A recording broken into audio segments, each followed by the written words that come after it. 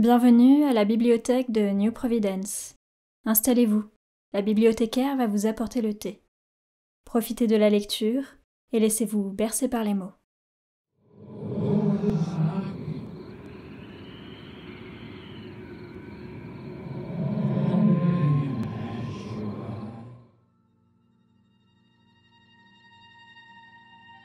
Ces autres cas, plus anciens, qui avaient rendu le rêve et le bas-relief du sculpteur si importants pour mon oncle, étaient au cœur de la seconde moitié de son long manuscrit. En fait, le professeur Angel avait déjà vu les contours infernaux de la monstruosité sans nom. Il s'était déjà interrogé sur le sens de ces hiéroglyphes inconnus et avait déjà entendu les funestes syllabes impossibles à rendre autrement que par Cthulhu. Et tout cela en effectuant des rapprochements si incroyables et horribles à la fois qu'il n'y a rien d'étonnant à ce qu'il ait soumis le jeune Wilcox à un feu roulant de questions et de demandes de précision. Cette première confrontation avait eu lieu en 1908, 17 ans plus tôt, lorsque l'American Archaeological Society s'était réunie pour son colloque annuel à Saint-Louis. Le professeur Angel, ainsi qu'il seyait à un homme d'une telle stature et d'une telle autorité, occupait une place de premier plan dans tous les débats. Aussi fut-il l'un des tout premiers à être interrogé par plusieurs personnes du public, qui profitaient de cette occasion pour poser à l'Assemblée les questions les plus diverses, dans l'espoir d'une réponse, ou lui soumettre les pires problèmes, afin de recueillir son avis éclairé. Le plus remarquable de tous ces visiteurs, et qui se retrouva très vite au centre de l'attention générale, était un homme d'âge mûr et d'aspect quelconque, qui n'avait pas hésité à faire le voyage depuis la Nouvelle-Orléans, afin de recueillir certains renseignements précis, impossibles à obtenir chez lui. Il s'appelait John Raymond Legrasse, et exerçait la profession d'inspecteur de police. Il avait apporté avec lui ce qui l'avait poussé à venir ici, une statuette de pierre, grotesque, repoussante et manifestement très ancienne, dont il était incapable de déterminer l'origine. Mais il ne faut pas s'imaginer que l'inspecteur Legrasse s'intéressait le moins du monde à l'archéologie. Au contraire, sa demande d'éclaircissement n'était dictée que par des considérations d'ordre purement professionnel. La statuette, idole, fétiche ou quoi que ce fût, avait été saisie quelques mois auparavant dans les marécages boisés du sud de la Nouvelle-Orléans, lors d'un raid visant un prétendu rassemblement vaudou. Les rites qui s'y pratiquaient étaient si singuliers et si atroces que la police ne mit pas longtemps à comprendre qu'elle était tombée sur quelque sombre culte dont elle n'avait jamais entendu parler. Un culte infiniment plus diabolique que le plus noir de tous ceux auxquels se livrent certains cercles vaudous africains. Quant à son origine, hormis les fables extravagantes et insensées arrachées aux fanatiques appréhendés, rien n'avait pu être découvert. Raison pour laquelle les policiers s'étaient tournés, en désespoir de cause, vers toutes les bribes de savoir antique, peu importe leur origine, susceptibles de les aider à identifier le terrifiant symbole, et donc à remonter, grâce à lui, jusqu'à la source du culte. L'inspecteur Legrasse ne s'attendait pas du tout au genre de réaction que son offrande devait susciter. Un simple coup d'œil jeté sur l'objet avait suffi à plonger l'ensemble des savants dans un état d'intense excitation. Et tous se pressèrent autour de lui pour contempler le minuscule fétiche dont l'étrangeté radicale et l'aura d'antiquité, aussi irréfutable qu'abyssale, laissaient percevoir avec une force incroyable des perspectives archaïques jamais imaginées auparavant. Aucune école de sculpture connue n'avait donné naissance à ce terrible objet, et cependant plusieurs centaines, voire milliers d'années, semblaient avoir marqué de leur empreinte sa surface indistincte et verdâtre de pierres inidentifiables. Le fétiche, qui passa ensuite lentement de main en main pour que chacun puisse le voir et l'examiner de près, mesurait entre 7 à 8 pouces de haut et avait été exécuté avec le plus haut degré de raffinement artistique. Il représentait un monstre à la silhouette vaguement anthropoïde, mais doté d'une tête ressemblant à une pieuvre à la face grouillante de tentacules. Son corps d'apparence caoutchouteuse était recouvert d'écailles, ses pattes postérieures et antérieures étaient pourvues de griffes prodigieuses, et de son dos dépassait une paire de longues et étroites ailes. Cette chose, d'une corpulence plutôt boursouflée, semblait empreinte d'une effroyable et inhumaine malignité, et se tenait accroupie, l'air mauvais, sur un bloc ou un piédestal rectangulaire recouvert de caractères indéchiffrables. La pointe de ses ailes touchait l'arrière du socle de pierre, dont son arrière-train occupait le centre, tandis que les longues griffes incurvées de ses pattes de derrière, repliée et fléchie, enserrait un bon quart de l'avant du piédestal. La tête de céphalopode était inclinée vers l'avant, si bien que la pointe de ses tentacules faciaux effleurait le dessus de ses énormes pattes de devant, qui étreignaient, du fait de la position accroupie de la créature, le haut de ses genoux. D'une manière générale, tout en elle était anormalement criant de vérité, et cela de façon d'autant plus subtilement terrifiante que l'origine du fétiche était totalement inconnue. Son extraordinaire, stupéfiante et incommensurable antiquité crevait les yeux. Cependant, rien ne permettait de la rattacher au moindre type d'art pratiqué à l'aube de la civilisation, ni d'ailleurs à celui de n'importe quelle autre époque. Hormis cela, et dans un tout autre domaine, le matériau lui-même constituait une énigme, car cette pierre savonneuse, d'un noir verdâtre, constellée de mouchetures et de stries dorées ou iridescentes, échappait à toutes les catégories connues de la géologie et de la minéralogie.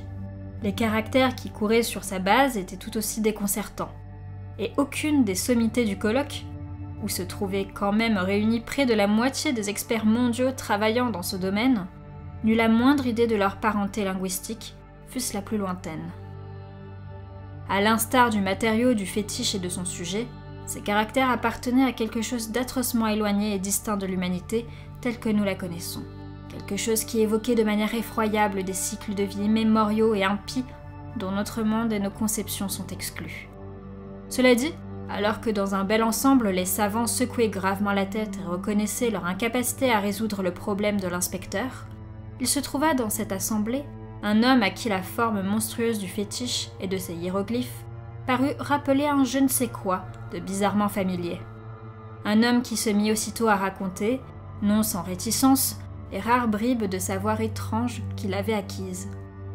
Cet homme, feu William Channing Webb, enseignait l'anthropologie à Princeton et était un explorateur d'un certain renom. Le professeur Webb avait entrepris, 48 ans plus tôt, de parcourir le Groenland et l'Islande à la recherche de certaines inscriptions runiques qu'il ne devait jamais réussir à mettre au jour.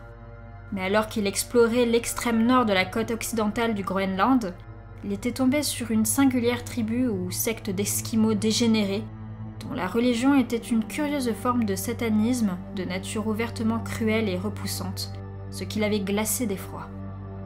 Il s'agissait d'un culte que les autres esquimaux connaissaient fort mal et qu'ils ne mentionnaient jamais sans frissonner, assurant qu'il provenait d'époques effroyablement anciennes, antérieures à la création du monde. Outre certains rites innommables et sacrifices humains, il incluait d'étranges rituels héréditaires pratiqués en l'honneur d'une antique et suprême puissance maléfique, ou Tornasuk. Rites et rituels dont le professeur Webb avait établi une minutieuse retranscription phonétique auprès d'un vénérable ange-coq, ou prêtre sorcier, dont il s'était efforcé de transposer les paroles en lettres romaines. Mais ce qui revêtait à présent une importance capitale, c'était le fétiche adoré par cette secte, autour duquel ces esquimaux dansaient quand les aurores boréales resplendissaient loin au-dessus des falaises de glace. Il s'agissait, déclara le professeur Webb, d'un bas-relief de pierre fort rudimentaire, constitué d'un horrible dessin et de mystérieuses inscriptions. Pour autant qu'il pût en juger, c'était, pour l'essentiel, une réplique grossière de la chose bestiale aujourd'hui présentée devant cette assemblée. Ces informations, accueillies avec une attention et une excitation croissante par l'assistance, s'avérèrent 2 fois plus passionnantes pour l'inspecteur Legrasse, qui pressa aussitôt l'explorateur de questions. Ayant entendu les sectateurs des marais appréhender, par ces hommes psalmodier une prière, Legrasse l'avait retranscrite et conjurait à présent le professeur de se rappeler le plus précisément possible les syllabes recueillies auprès des esquimaux satanistes. S'ensuivit alors une séance où l'on compara méticuleusement différents points de détail, séance qui se conclut par un long silence de crainte révérentielle lorsque l'inspecteur et le scientifique convinrent tous deux que la phrase commune aux 2 rituels infernaux était presque identique, alors que plusieurs mondes les séparaient. Ce que les sorciers esquimaux et les prêtres des marais de Louisiane avaient psalmodié devant leur idole apparentée était, en substance, très proche de ce qui suit. Les blancs entre les mots étaient supposés correspondre aux pauses traditionnellement effectuées dans la litanie récitée à haute voix.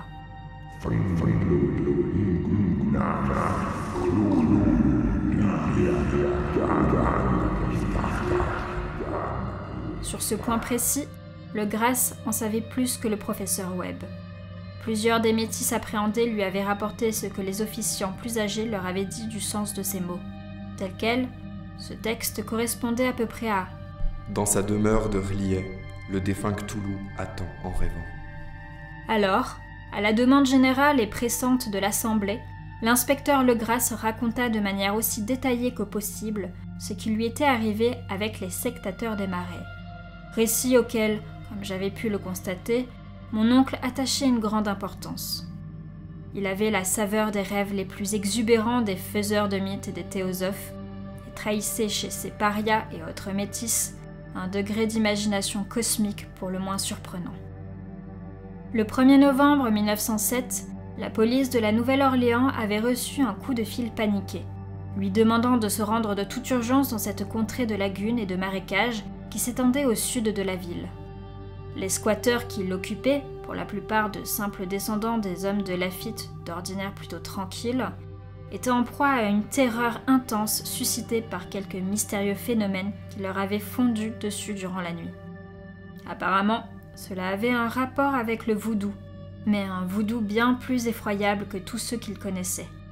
Plusieurs de leurs femmes et enfants avaient disparu depuis que les battements incessants d'un tam-tam démoniaque, diabolique, avaient commencé de retentir au plus profond de ces bois noirs et hantés où nul n'osait s'aventurer. Des hurlements démentiels, des cris déchirants et des mélopées à vous glacer l'âme s'en élevaient également, au rythme de diaboliques sarabandes enflammées, si bien, concluait le message terrorisé, que les gens étaient sur le point de craquer. En conséquence de quoi, un détachement de 20 policiers entassés dans 2 voitures à cheval et une automobile partit pour les marais dès la fin de l'après-midi, guidés par le squatteur transi de peur. Lorsque la route devint impraticable, ils descendirent de leur véhicule et pataugèrent en silence plusieurs miles durant, sous le couvert de ces terribles forêts de cyprès que jamais le jour n'éclairait. De vilaines racines et de pénibles rideaux de mousse espagnole ralentissaient leur progression, tandis que, par endroits, un tas de pierres suintantes ou des ruines de murs, vestiges de quelque morbide habitat, renforçaient l'atmosphère oppressante que chaque arbre difforme et chaque îlot fongeux contribuait à créer. Au bout d'un certain temps, le campement du squatteur, de misérables huttes entassées les unes sur les autres, se découpa sous les frondaisons, et les habitants hystériques vinrent en courant se presser autour du groupe de lanternes oscillantes. Les battements assourdis des tam-tams s'entendaient maintenant vaguement au loin, au plus profond des marais, et un hurlement à vous glacer le sang retentissait chaque fois que le vent tournait. Enfin, sous les voûtes infinies de la nuit sylvestre, une lueur rougeoyante se mit à filtrer derrière de pâles broussailles. Bien qu'ils craignissent de se retrouver à nouveau seuls, les squatteurs épouvantés refusèrent catégoriquement de faire le moindre pas en direction de cette cérémonie impie. Ainsi, l'inspecteur Legras et ses 19 collègues s'enfoncèrent-ils, sans guide, au sein de ces sombres galeries d'épouvante où aucun d'entre eux ne s'était jamais aventuré. La région que les policiers arpentaient à présent était en grande partie inexplorée. Elle avait traditionnellement mauvaise réputation et n'avait jamais été traversée par les Blancs. Plusieurs légendes évoquaient un mystérieux lac qu'aucun mortel n'avait jamais aperçu et où vivait une informe chose blanche, polypeuse et de grande dimension, affublée d'yeux luminescents. Et les squatteurs murmuraient que des démons aux ailes de chauve-souris jaillissaient à minuit des profondeurs de leurs cavernes souterraines pour venir l'adorer. Ils prétendaient qu'elle était déjà là avant d'Iberville, avant la Salle, avant les Indiens, et même bien avant nos bons vieux animaux et oiseaux des forêts. C'était un cauchemar incarné, et la voir, c'était mourir. Mais elle suscitait tant de rêves chez les hommes qu'ils en savaient suffisamment pour s'en tenir à l'écart. L'orgie voodoo dont retentissaient les clameurs se déroulait juste à la périphérie de cette zone abhorrée, ce qui était déjà fort inquiétant. Et il n'était pas impossible que les squatteurs aient été plus terrifiés par le lieu même de cette cérémonie que par les sons abominables et les terribles événements qui l'accompagnaient. Seule la poésie ou la folie pourrait rendre justice au bruit entendu par les hommes de Legras, alors qu'ils progressaient laborieusement dans ces sombres marécages, en direction de la lueur rouge et des battements assourdis des tam-tams. Certaines qualités vocales sont le propre des hommes, d'autres le propre des bêtes. Et rien n'est plus terrifiant que d'entendre les unes jaillir de la gorge des autres. Ici, La fureur animale le disputait à la débauche orgiaque pour atteindre des sommets démoniaques où des hurlements et des râles d'extase déferlaient sur ces bois enténébrés tels des tempêtes pestilentielles refoulées par les gouffres de l'enfer. Parfois, les ululements les plus débridés s'interrompaient pour laisser s'élever un chœur aguerri de voix rauques, entonnant cette abominable phrase ou litanie.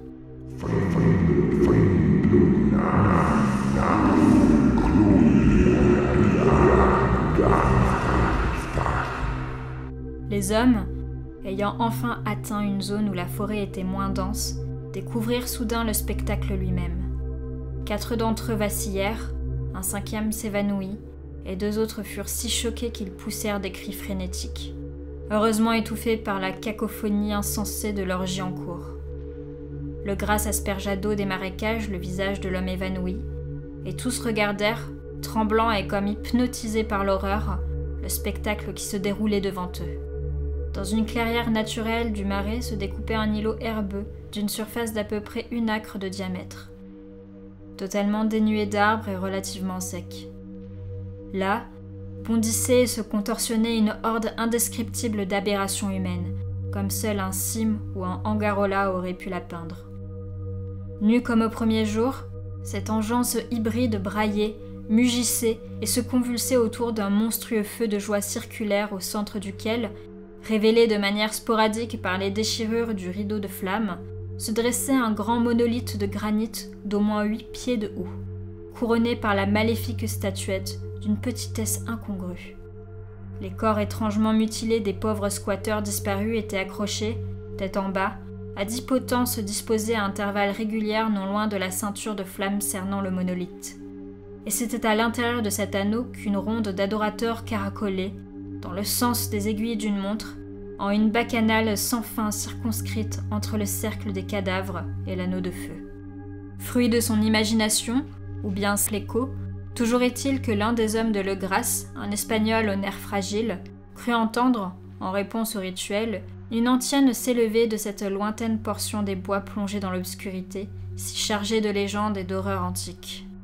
J'eus l'occasion, par la suite, de rencontrer et d'interroger cet homme, Joseph de Galvez, mais il fit preuve d'une imagination déconcertante.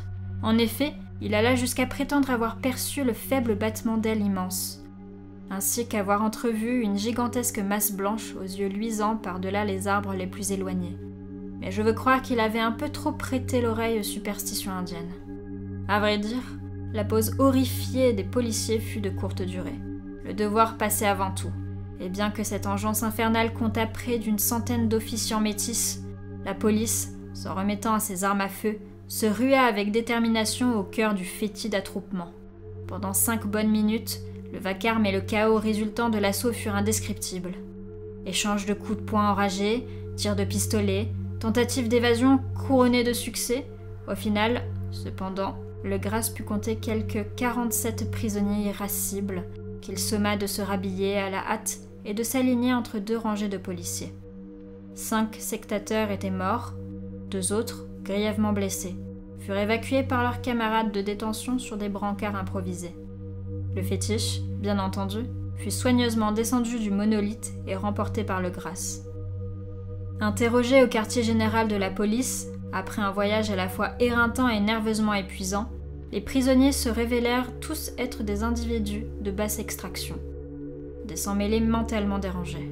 La plupart étaient des marins, un ramassis de nègres et de mulâtres originaires, pour la majorité d'entre eux, des Caraïbes ou de l'île de Brava, au Cap-Vert, ce qui conférait à ce culte hétérogène une touche vaudou.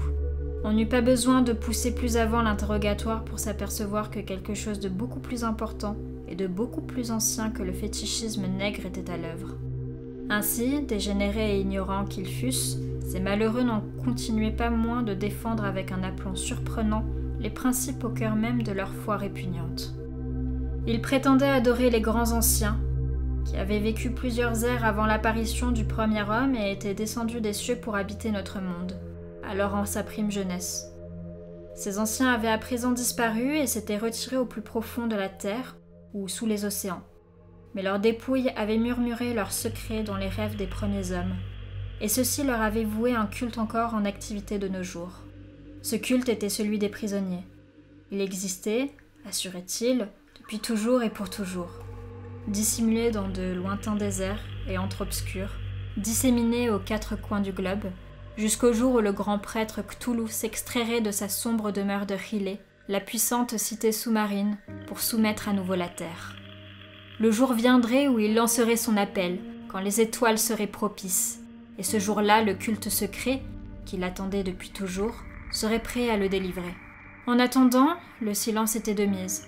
Il existait un certain secret que même la torture était incapable d'arracher. L'humanité était loin d'être la seule entité consciente à habiter cette terre, car des formes émergeaient parfois des ténèbres pour apparaître aux rares fidèles. Mais il ne s'agissait pas des grands anciens. Aucun homme n'avait jamais vu les anciens. Le fétiche sculpté représentait bien le grand Cthulhu, mais nul n'aurait su dire si les autres anciens lui ressemblaient vraiment, et à quel point. Aujourd'hui, plus personne ne savait lire cette écriture antique, mais certaines phrases continuaient de se transmettre par le bouche à oreille. Le rituel psalmodié n'était pas ce secret, qui ne devait jamais être énoncé à haute voix, mais seulement murmuré. La litanie signifiait simplement « Dans sa demeure de Hylé, le défunt Cthulhu attend en rêvant ». Seuls 2 des prisonniers furent jugés suffisamment sains d'esprit pour être pendus. Les autres furent remis à diverses institutions.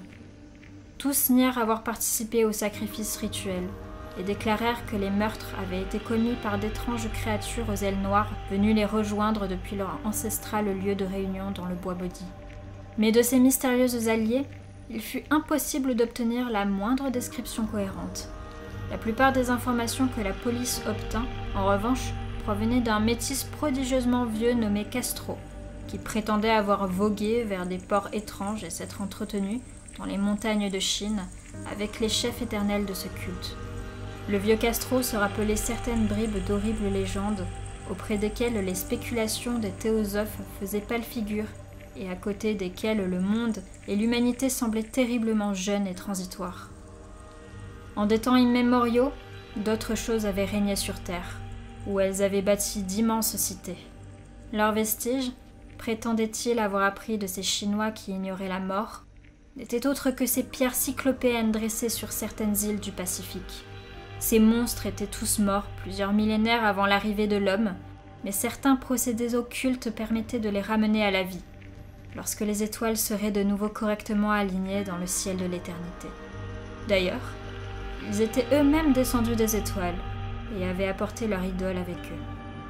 Ces grands anciens, disait encore Castro, n'étaient pas au sens propre du terme des êtres faits de chair et de sang. Ils avaient bien une forme, d'ailleurs cette statuette stellaire ne le prouvait-elle pas, mais leur corps n'était pas constitué de matière. Quand les astres leur étaient favorables, ils pouvaient plonger d'un monde à l'autre en fendant le ciel, mais s'ils leur étaient défavorables, alors ils ne pouvaient plus vivre. Mais même s'ils ne vivaient plus, ils ne mouraient jamais tout à fait. Ils demeuraient dans leur maison de pierre à Hylé, leur puissante cité, préservée par les sortilèges du grand Cthulhu, en prévision de leur glorieuse résurrection, qui se produirait lorsque les étoiles et la terre seraient de nouveau prêtes pour eux. À ce moment-là, cependant, une certaine force extérieure devrait intervenir pour libérer leur corps. Les sortilèges qui les gardaient intacts leur interdisaient également de prendre l'initiative. Aussi étaient-ils condamnés à veiller dans les ténèbres, où ils méditaient pendant que d'innombrables millions d'années s'écoulaient. Ils savaient tout ce qui se passait dans l'univers, car ils communiquaient par la pensée. En ce moment même, ils parlaient de leur tombe. Quand les premiers hommes étaient apparus, après des éternités de chaos, les grands anciens s'étaient adressés aux plus sensibles d'entre eux en modelant leurs rêves, car modeler les songes était le seul moyen qu'ils avaient de communiquer avec les esprits de chair et de sang des mammifères. Alors, poursuivit Castro en baissant la voix, ces premiers hommes fondèrent le culte dédié aux petites idoles que les grands anciens leur avaient montrées. Ces idoles qu'ils avaient, en des airs indistincts, rapporté d'obscures étoiles. Ce culte ne s'éteindrait qu'au moment où les astres seraient de nouveau alignés, lorsque les prêtres de cette religion secrète aideraient le grand Cthulhu à sortir de sa tombe, afin qu'il ramène ses sujets à la vie et se remette à régner sur la terre. Ce jour serait facile à déterminer, car ce serait celui où l'humanité ressemblerait aux grands anciens, libre, sauvage et par-delà le bien et le mal. Lorsque les hommes rejetant toute loi et toute morale se mettraient à hurler, à tuer et à festoyer dans la joie. Alors les anciens, enfin libérés, enseigneraient aux hommes de nouvelles façons de hurler, de tuer, de festoyer et de se réjouir, et la terre entière s'embraserait dans un holocauste d'extase et de liberté. En attendant ce jour, le culte devait, au moyen de rites appropriés, perpétuer le souvenir de ces mœurs antiques et répandre la ténébreuse parole annonçant leur retour. À l'aube de l'humanité, certains élus s'étaient entretenus en rêve avec ces anciens enfermés dans leurs tombeaux, jusqu'au jour où un événement s'était produit. Haïli, la puissante cité de pierre, ses monolithes et ses sépulcres, avaient tous été engloutis par les flots. Et les profondeurs de l'océan, saturées de cette unique et mystérieuse substance primordiale, empêchant la pensée de circuler, avaient interrompu ces échanges spectraux. Mais son souvenir ne s'éteignit jamais, et les grands prêtres jurèrent que la cité referait surface lorsque les astres seraient propices. C'est alors que la terre avait vomi de noirs esprits telluriques, ces ombres putréfiées qu'accompagnaient de vagues rumeurs recueillies dans des cavernes creusées sous des planchers océaniques oubliés. Mais le vieux Castro n'osa pas s'étendre sur le sujet. Il s'interrompit brusquement, et aucun argument, aucune ruse ne permit de tirer de lui quoi que ce soit de plus là-dessus. Quant à la taille des anciens, curieusement, il refusa d'en parler. En ce qui concernait le culte, il croyait savoir que son siège se trouvait dans les zones désertiques d'Arabie, évitées par les caravanes, là où Irem, la cité des piliers, rêvait, inviolée, à l'abri des dunes. Il n'avait rien à voir avec le culte que pratiquaient les sorciers. En Europe, et demeurant pratiquement inconnu en dehors du cercle de ses adeptes. Aucun livre n'y faisait ouvertement allusion, même si les immortels chinois prétendaient que le Necronomicon d'Abdul al-Azred, l'arabe fou, contenait certaines phrases à double sens que les initiés étaient libres d'interpréter à leur guise, et notamment ce couplet, objet de tous les débats. « N'est pas mort ce qui a jamais d'or, et au fil d'airs étranges peut mourir même la mort. » Le Grasse, profondément impressionné et plus dérouté que jamais, avait vainement enquêté sur les filiations historiques de ce culte. Apparemment, Castro n'avait pas exagéré en affirmant qu'il était on ne peut plus secret. Les spécialistes de Tulane University, n'ayant pu lever le voile de mystère jeté sur le culte et le fétiche, l'inspecteur s'était tourné vers les plus éminents spécialistes du pays. Mais tout ce qu'il avait obtenu, c'était le récit du voyage que le professeur Webb avait effectué au Groenland. L'intérêt fébrile suscité par le récit de Le Grasse et par la statuette qui l'étayait se retrouve dans l'importante correspondance qu'échangèrent par la suite les membres du Congrès, mais est à peine mentionné dans les publications officielles de la Société. La prudence est le premier souci de tous ceux qui sont régulièrement exposés au charlatanisme et à l'imposture. Le Grasse prêta quelque temps le fétiche au professeur Webb, mais il lui fut restitué à la mort de ce dernier. Depuis, il demeure chez lui, où j'ai pu récemment l'examiner. C'est un objet absolument terrifiant et incontestablement similaire à la sculpture onirique du jeune Wilcox.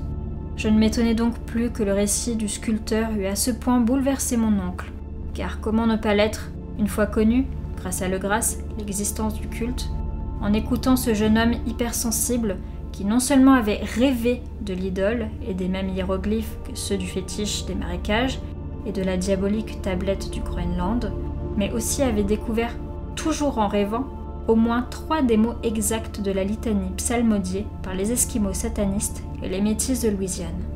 Que le professeur ait aussitôt entrepris une enquête minutieuse semblait tout à fait logique, même si, personnellement, je soupçonnais le jeune Wilcox d'avoir entendu parler du culte par un biais ou un autre, et d'avoir inventé toute une série de rêves pour approfondir et entretenir le mystère aux dépens du professeur vieillissant.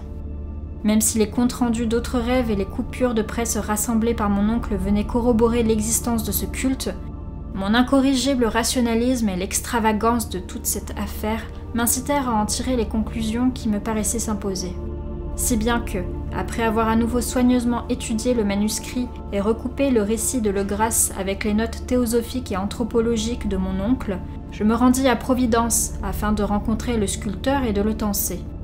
Comme il me semblait devoir le mériter, pour n'avoir pas hésité à se jouer d'un homme aussi érudit et âgé.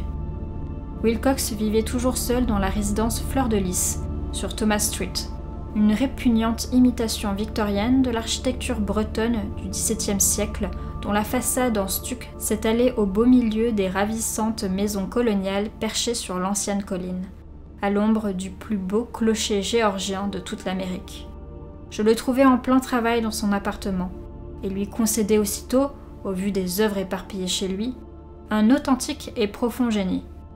Je ne serais pas étonné si l'on parlait un jour de lui comme l'un des grands décadents, car il a cristallisé dans l'argile et saura bientôt traduire dans le marbre ces cauchemars et chimères qu'Arthur Machen évoque en prose et que Clark Ashton Smith nous donne à voir dans ses poèmes et tableaux. Brun, frêle et d'allure négligée, Wilcox se tourna mollement vers moi quand je frappai à sa porte et, sans quitter son tabouret, me demanda ce que je voulais. Quand je lui eus appris qui j'étais, il me témoigna un peu plus d'intérêt, car mon oncle avait d'autant plus éveillé sa curiosité en l'interrogeant sur ses rêves qu'il ne lui avait jamais expliqué les raisons de ses recherches. Je le laissai dans l'ignorance sur ce dernier point, mais essayai au contraire, en le questionnant adroitement, de l'amener à se trahir. Je ne tardai pas à être convaincu de son absolue sincérité, car il parlait des rêves avec une candeur impossible à feindre. Ses songes et l'empreinte qu'ils avaient laissée sur son inconscient avaient profondément influencé son art, et il me montra une statuette morbide dont les contours m'arrachèrent presque un frisson de terreur, tant il exsudait une puissante impression de noirceur. Wilcox ne se rappelait pas avoir vu l'original de cette chose ailleurs que dans le bas-relief que son rêve lui avait inspiré. Ce bas-relief dont les formes avaient jailli d'elles-mêmes, et comme à son insu, sous ses doigts. Pas de doute, c'était bien l'entité gigantesque qui n'avait cessé de le hanter dans ses délires. Je m'aperçus bien vite que sa connaissance du culte clandestin se limitait à ce que le prêche incessant de mon oncle lui en avait révélé par mégarde. Et, une fois encore, je me surpris à faire tout mon possible pour tâcher d'expliquer de quelle manière il avait pu se faire communiquer ces impressions bizarres. Il parlait de ses rêves d'une manière étrangement poétique, me faisant voir avec une précision terrifiante les pierres visqueuses et verdâtres de la cité cyclopéenne aquatique, dont la géométrie, ajoutait-il curieusement, était tellement de travers, et me faisait entendre, après une attente glaçante, l'incessant appel, en grande partie mentale, qui s'élevait des profondeurs.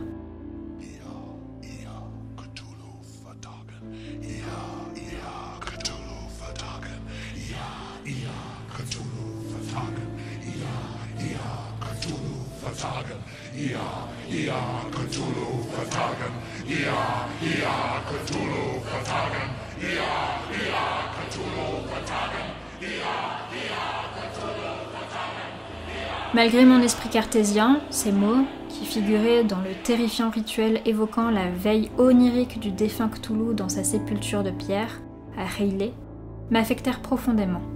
Wilcox, j'en avais la conviction, avait entendu parler du culte d'une manière ou d'une autre, puis s'était empressé d'en enfouir le souvenir parmi la quantité astronomique de ses lectures, dont la bizarrerie le disputait à celle de son imagination. Ensuite, ce souvenir, ayant marqué au fer rouge le subconscient de l'artiste, avait ressurgi dans ses rêves, et donc dans le bas-relief, puis dans la terrifiante statue que j'avais à présent sous les yeux. Bref, s'il avait cherché à mystifier mon oncle, c'était bien malgré lui. Mais ce jeune homme avait de telle manière un tantinet affecté, et faisant parfois preuve d'un tel manque de tact, que cela m'empêchait de l'apprécier tout à fait.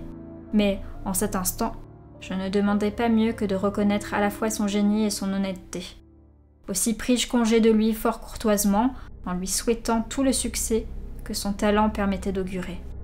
Mais tout cela ne réglait pas la question du culte, qui continuait à me fasciner, tant et si bien qu'il m'arrivait parfois de songer à la célébrité que me vaudraient mes recherches sur ses origines et affiliations. Je me rendis à la Nouvelle-Orléans, m'entretins avec Le Grasse et d'autres acteurs du raid d'antan, examinai l'épouvantable fétiche et parvins même à interroger les prisonniers métis encore en vie. Le vieux Castro, malheureusement, était décédé quelques années plus tôt, et même si ce que j'entendis alors, de manière si vivante et de source directe, n'était rien de plus qu'une confirmation détaillée des écrits de mon oncle, cela excita encore plus ma curiosité. J'avais, en effet, l'intime conviction d'être sur la piste d'une bien réelle, fort secrète et très ancienne religion, dont la découverte ferait de moi un anthropologue de renom. Cependant, comme je continuais d'être cet indécrottable matérialiste que je rêverais de pouvoir être encore aujourd'hui, j'écartais avec un entêtement inexplicable les coïncidences troublantes que je trouvais entre les comptes rendus oniriques et les singulières coupures de presse rassemblées par le professeur Angel. L'une des choses que je commençais à soupçonner et que je crains bien à présent de savoir, c'est que la mort de mon oncle était tout sauf naturelle. Il avait fait une mauvaise chute sur les pavés d'une étroite ruelle qui descendait abruptement vers les quais du Vieux-Port, grouillant de métis d'origine étrangère, après avoir été bousculé accidentellement par un matelot nègre. Or, je n'avais pas oublié que les membres de la secte de Louisiane étaient des sans-mêlés, tous plus ou moins marins, et je n'aurais pas été étonné d'apprendre l'existence au sein de ce culte de mystérieux stratagèmes et d'aiguilles empoisonnées tout aussi redoutables et anciens que ces hermétiques rituels et croyances. Le Grasse et ses hommes, il est vrai, n'avaient pas été inquiétés. Mais en Norvège, un certain marin, qui avait vu Dieu sait quoi, l'avait payé de sa vie. Quelques sinistres oreilles auraient-elles eu vent de la minutieuse enquête dans laquelle mon oncle s'était lancé après avoir étudié le cas du sculpteur? Je pense aujourd'hui que le professeur est mort parce qu'il en savait trop, ou était sur le point d'en savoir trop. Connaîtrais-je le même sort que lui? Seul l'avenir le dira, car je sais à présent, moi aussi, beaucoup de choses.